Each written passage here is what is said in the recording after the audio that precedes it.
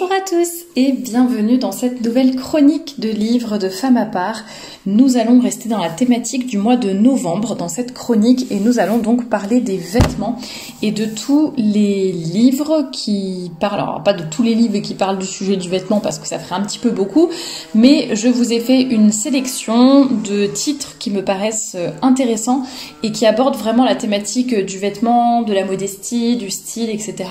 de différentes façons. Donc je me suis dit que c'était l'occasion en ce mois de novembre de vous parler, de vous reparler de ces livres. Je crois que la plupart d'entre eux, je vous les ai déjà présentés, peut-être pas tous, je pense pas tous, hein, lors de chroniques de livres individuels, on va dire, donc un peu plus approfondies. Mais certains je n'en ai pas encore parlé ou je les ai juste mis dans la bibliographie mais sans plus détailler.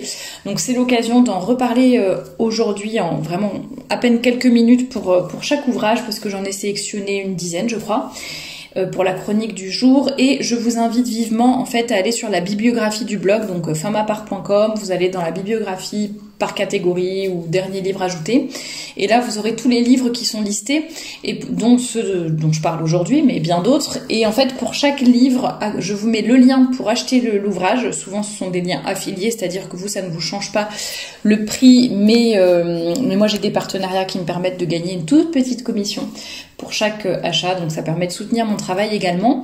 Donc je vous mets le lien pour les acheter et je vous mets également le lien ou les liens des articles et ou podcasts, chroniques dans lesquels j'ai déjà parlé de ces ouvrages. Donc s'il y en a un qui vous intéresse plus particulièrement mais que vous voulez vous faire une idée un peu plus précise de l'ouvrage suite à la chronique de ce jour, eh bien je vous invite à aller sur le blog dans la catégorie bibliographie. Le lien est dans la description juste en dessous de cette vidéo et comme ça vous aurez toutes les informations nécessaires sur chaque ouvrage avant de les acheter.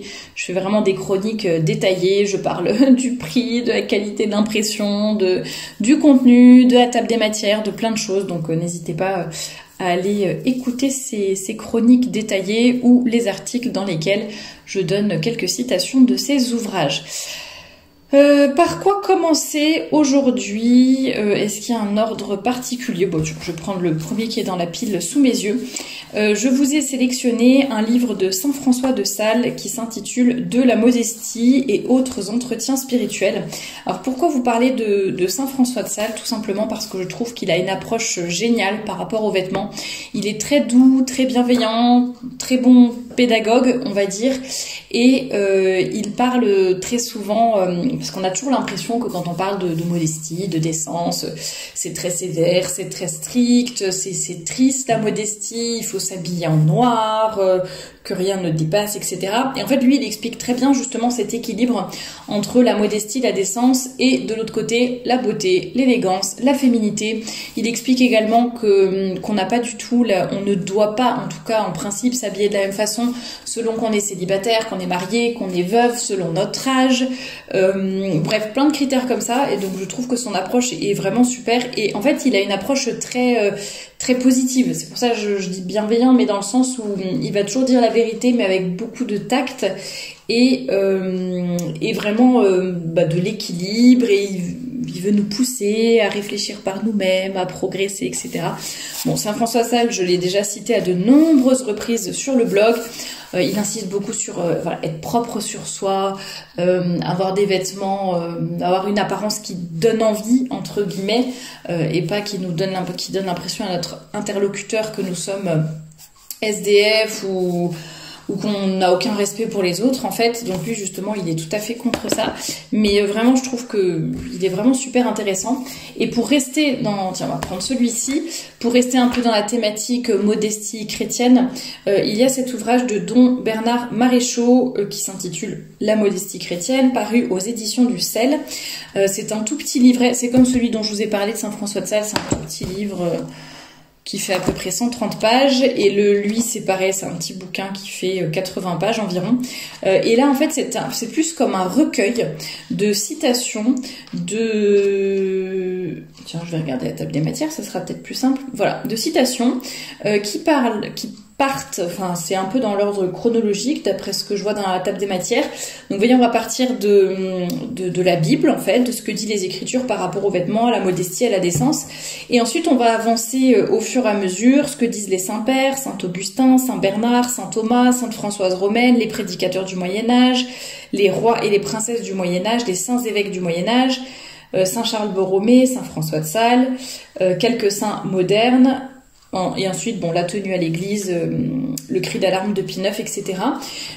Donc c'est très intéressant parce qu'en fait on voit tout ce qui a été dit à travers les siècles. On voit que c'est un sujet qui a quand même beaucoup préoccupé l'église, les saints, les évêques, etc. Et ça peut être une bonne approche. Alors pourquoi je vous présente tous ces livres? Parce qu'en fait ça peut être des livres pour vous, ça peut être aussi des livres que vous faites lire et à des personnes que vous avez envie de sensibiliser à ce sujet-là. Et notamment celui-là, je le trouve assez bien, parce que finalement, il est neutre, entre guillemets, et c'est un peu à la personne, enfin neutre non, mais il est catholique, donc il n'est pas neutre, mais dans le sens où, voilà, comme ça va être des citations de la Bible, de saints, d'évêques, etc., de papes, eh bien, ça va permettre à la personne de faire un petit peu son cheminement et de se dire, bah, si toutes ces personnes ont parlé de ce sujet-là, c'est peut-être que c'est important et qu'il faut que j'y réfléchisse. Et deux derniers ouvrages un petit peu sur la modestie chrétienne. Alors là, c'est peut-être plus, voilà, si vous avez envie de comprendre quel est le problème d'une mode qui ne différencie pas les hommes et les femmes, de comprendre l'importance de la modestie, de la décence, de la pudeur, etc. C'est un tout petit livret qui fait 37 pages. Il parle du voile aussi d'ailleurs. Et c'est de la modestie de l'abbé Riou et qui est paru aux éditions Sainte-Jeanne d'Arc. Donc je vous le recommande également si vous voulez approfondir ce sujet. Et dernier ouvrage un petit peu sur la modestie chrétienne, c'est l'avertissement du cardinal Joseph Siry. Alors, en fait, c'est pas un livre à proprement parler, hein, c'est plus comme un discours qu'il a prononcé et après qui a été édité sous forme de livre. Et d'ailleurs, dans cet ouvrage, il me semble qu'on retrouve, je vais pas vous dire de bêtises, il me semble qu'on retrouve les recommandations du Saint-Siège en matière de modestie, enfin de longueur, etc. Je crois que c'est là-dedans aussi, une règle concrète. Voilà, exactement, c'est dedans. Donc, ce que je trouve très intéressant, c'est que le discours en lui-même date quand même d'un certain nombre d'années, 1954, et on voit que déjà à cette époque, il y avait énormément de problèmes par rapport à la modestie, à la décence et aux femmes qui s'habillaient d'une façon masculine. Tout autre sujet, enfin pas tout autre sujet parce qu'on est toujours sur le vêtement, mais livre totalement différent, mais pour aussi compléter ce sujet du vêtement, il s'agit du livre de Christine Bard qui s'intitule Une histoire politique du pantalon. Alors celui-ci, je me souviens, je vous l'avais présenté en article et en podcast. Je l'ai trouvé vraiment passionnant d'un point de vue historique, etc. C'est très très intéressant de voir comment la transformation s'est faite dans la société, donc la mode féminine, comment a-t-elle évolué et comment on en est arrivé petit à petit à avoir ces femmes qui voulaient absolument porter un pantalon, et on comprend toute la portée politique du port du pantalon. C'est un sujet qui revient régulièrement, enfin un débat plutôt qui revient régulièrement sur ma chaîne ou sur mon blog. On me dit que oui, c'est pas si important que ça, qu'il faut évoluer avec les mœurs, la société, etc. Et que maintenant toutes les femmes portent des pantalons, c'est bien normal. On peut le faire sans que ça n'ait aucune conséquence, ça n'a plus aucune signification. Et en fait, quand on voit la racine, l'origine de cette mode masculine adoptée par les femmes, eh bien, on comprend tous les enjeux qui sont derrière les choix vestimentaires des unes et des autres. Moi, vraiment, j'ai trouvé ça super intéressant. L'auteur n'est pas du tout catholique, chrétienne, ni quoi que ce soit. Elle est vraiment historienne. Elle analyse quand même. J'allais dire, c'est pas juste elle qu'elle fait une description. C'est vrai qu'il y a un peu des analyses de l'évolution de la mode pour les femmes, et je trouve ça vraiment passionnant. Autre approche complètement différente. Un livre pratico-pratique sur les morphologies. Donc il s'agit du livre Habiller toutes les morphologies de Teresa Gilewska, paru aux éditions Erol. Et donc vous avez dans ce guide pas mal de choses. Donc déjà sur l'évolution de la mode, etc. C'est intéressant au début. Après on va vous apprendre à comprendre quelle est votre silhouette et quelles sont les particularités de votre silhouette. Est-ce que vous êtes en A, en X, en O, en H, etc.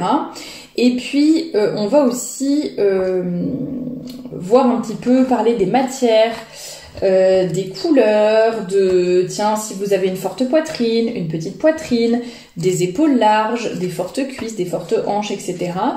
Voilà, et avec des conseils sur, je sais pas, les rayures par exemple, les tissus à carreaux, comment choisir, les petits motifs, les grands motifs, les tissus fluides, les dentelles, etc. Les accessoires tels que les foulards, les chaussures, bon. Il y a pas mal de choses. Moi, je sais qu'au tout début, quand j'avais commencé le blog, je m'étais beaucoup appuyée sur ce livre pour faire certains articles et je trouvais qu'il était assez complet. En tout cas, ça peut être un guide assez bien. Et un autre livre sur cet aspect pratico-pratique, c'est le livre de Caroline Bally qui s'appelle Stylé. Et là, c'est plus pour connaître son style.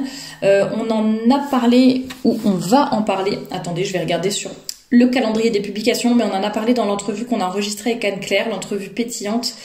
Non, elle n'est pas encore sortie, donc c'est une entrevue qui vous intéressera sûrement, qui sortira le 27 novembre et qui parlera donc à peu près dans 10 Attendez, on est à quelle date je vais... Non, le 20 novembre, donc dans 7 jours, dans une semaine, mercredi prochain, vous aurez la publication, lundi prochain, pardon, la publication de cette entrevue pétillante sur comment trouver son style. Et je crois que j'ai parlé de ce livre justement. Mais vous voyez, il y a plusieurs ouvrages comme ça. Il y a aussi le guide pratique du relooking de Christina Cordula. Alors après, c'est pas des livres où tout est bon à prendre.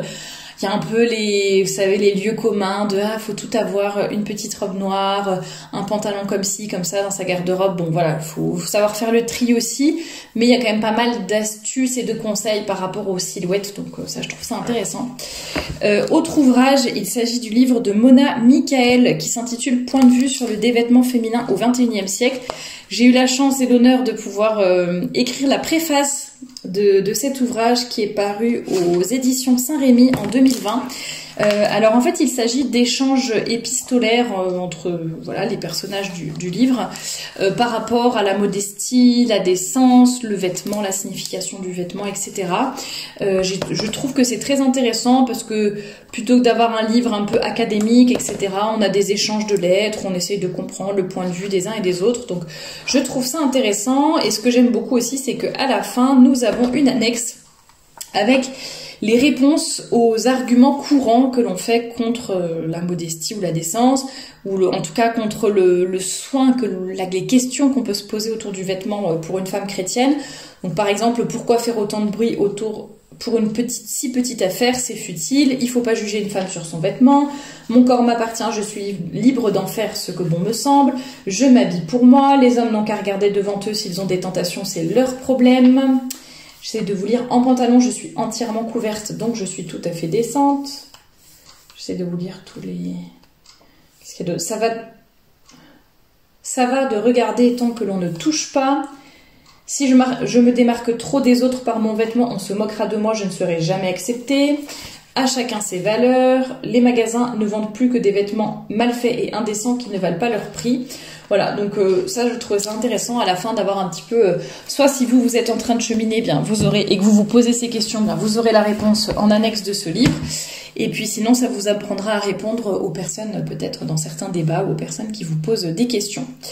Autre livre que j'ai vraiment beaucoup apprécié sur ce sujet, et dont je parle très souvent, ou en tout cas je cite souvent des extraits de cet ouvrage, il s'agit du livre La symbolique du vêtement dans la Bible, paru aux éditions du Cerf, mais je crois que ça date un petit peu à mon avis, plus tout jeune, ah non, 2011, ouais, bon ça va encore, de l'abbé Alban Cras, ou Cras, je sais jamais comment on prononce, et en fait je l'ai trouvé tellement génial ce livre. Il y a beaucoup de... Donc déjà c'est la symbolique du vêtement dans la Bible, donc bien sûr il va retracer certaines choses qui se sont passées dans la Bible, donc d'abord dans l'Ancien Testament, et ensuite, dans le Nouveau Testament, il montre la place du vêtement, les éléments du vêtement, les vêtements des femmes, les vêtements des prêtres, les matières, les couleurs, l'usage, le symbole qui est derrière, le reflet de la communauté, le symbole des réalités spirituelles, etc. Donc déjà, je trouve que c'est passionnant, ça fait vraiment réfléchir.